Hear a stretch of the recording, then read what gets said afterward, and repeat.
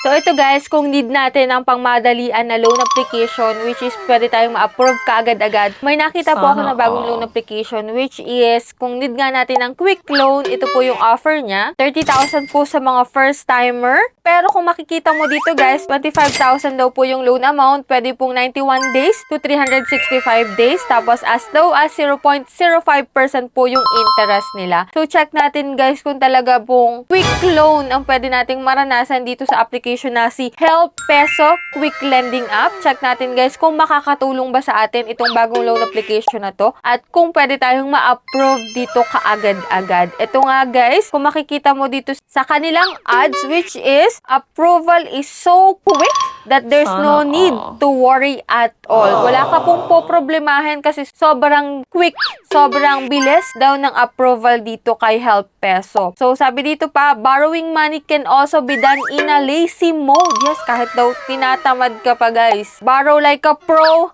no Apple hidden charges. Yes, no Apple daw guys. No hidden charges. Kung anong ipapakita sa iyo na loan details, yun na daw po yun. Walang hidden talaga. Transparent. No Apple nga ang nakalagay dito guys.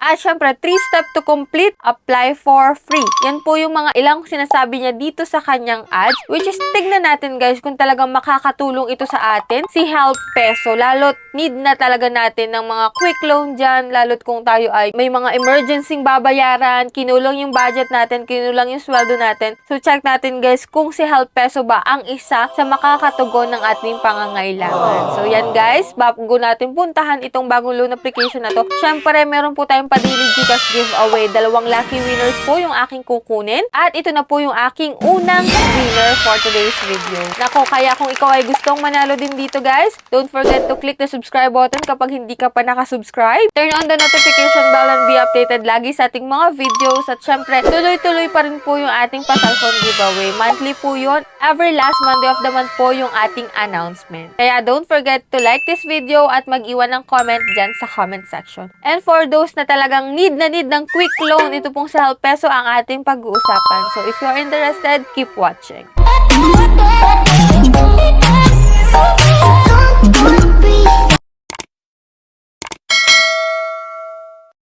Disclaimer nyo guys, hindi po tayo agent or promoter nito. So dito guys, ako po muna yung magte-try para maipakita ko sa inyo kung makakatulong ba sa atin si Help Peso. Bagong loan app po ito na available po sa App Store. Hindi po siya madadownload sa Google Play Store. No, guys, at ito nga po, sinumulan ko na pong mag-apply dito at ito po yung mga nakita ko sa kanya. Dito nga guys, sa una, 100,000 daw po yung credit limit. Pero kapag po ikaw ay nag-sign in sa kanyang application, syempre hindi naman agad-agad 100,000 yung ipapaloan sa'yo, no? Siyempre, mag-start ka muna sa maliit na amount. At ito nga, guys, login ka po kapag wala ka pa pong account and then may verification doon na isi-send. So, click natin yung login, Help Peso. At ito po yung mga verification process na need mo pong fill upan para makapag-proceed ka po sa kanilang loan terms para makita natin. At ito nga po yung verify identity, which is ito po yung mga ID na available dito. So, kung may one valid ID ka dyan, guys, pasok ka po dito. And then, after nun, guys, need mo pong i-complete yung personal information mo, mag-provide ng job information. No need na po ng payslip dito guys. At iset up yung iyong emergency contact, which is 3 contact number lang po ang hihingin sa'yo. And after nun guys, dito po sa bank information, kung saan mo po pwedeng ma-receive yung pera mo po dito kay Help Peso. Dito guys, pwede po sa Gcash, Paymaya, GrabPay, Coins, Shopee, and OmniPay. Or any bank po, pwede rin. So dito guys, napatawa na naman ako dito guys. Kasi same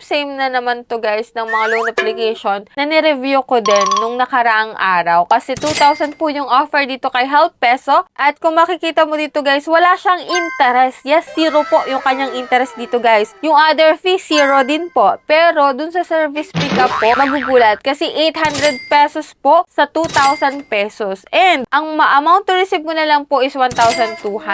Kung kailan siya pwedeng babayaran, dito guys is, bale, pumapatak na babayaran ko po ito sa September 5, 2025. So, 6 days na lang. So, kasama po yung araw ng pag-apply ko. Bali, 7 days to pay po siya. So, bali, wala guys yung sinabi nila guys na installment daw. Pero, hindi siya installment kasi nakalagay dito 0 the first installment. Kasi after 7 days, magbabayad ko po ng 2,000 pesos. kahit 1,200 lang po yung iyong na-receive. So, dito guys, magte-take ka ba ng risk sa application na to? Go ka ba kahit 1,200 na lang yung marireceive mo sa 2,000 tapos ang balik po nun buo after 7 days. So, let me know your opinion dyan sa comment section para at least matulungan natin yung mga bago pa lang magte-try sa mga gantong loan application na 7 days lang. So, dito guys, nasa sa inyo pa rin yung decision after mapanood tong video na to. Makakapag-decide pa rin kayo kung mag-go kayo kay Help Peso or not. Yan guys, hindi ko po recommended sa inyo yung mga 7 days na loan application kasi bukod sa 1 week pa lang magbabayad ka na is medyo malaki po yung service fee na ipapatong nila. Kahit pasabihin natin na 0 interest siya at wala kang ibang babayaran, no? Pero yung service fee, 800 pesos kaagad after 7 days lang. Okay, sana yung 800 pesos kung ito ay 1 month to pay or 2 to 3 months to pay. Pero hindi, 7 days lang. So, ganun kaagad kalaki yung nakuha nila na service fee. Anyways, nasa sa inyo pa rin naman yung decision guys, wala sa akin. Dito guys, ni-review ko lang siya para sa inyo para makita ko kung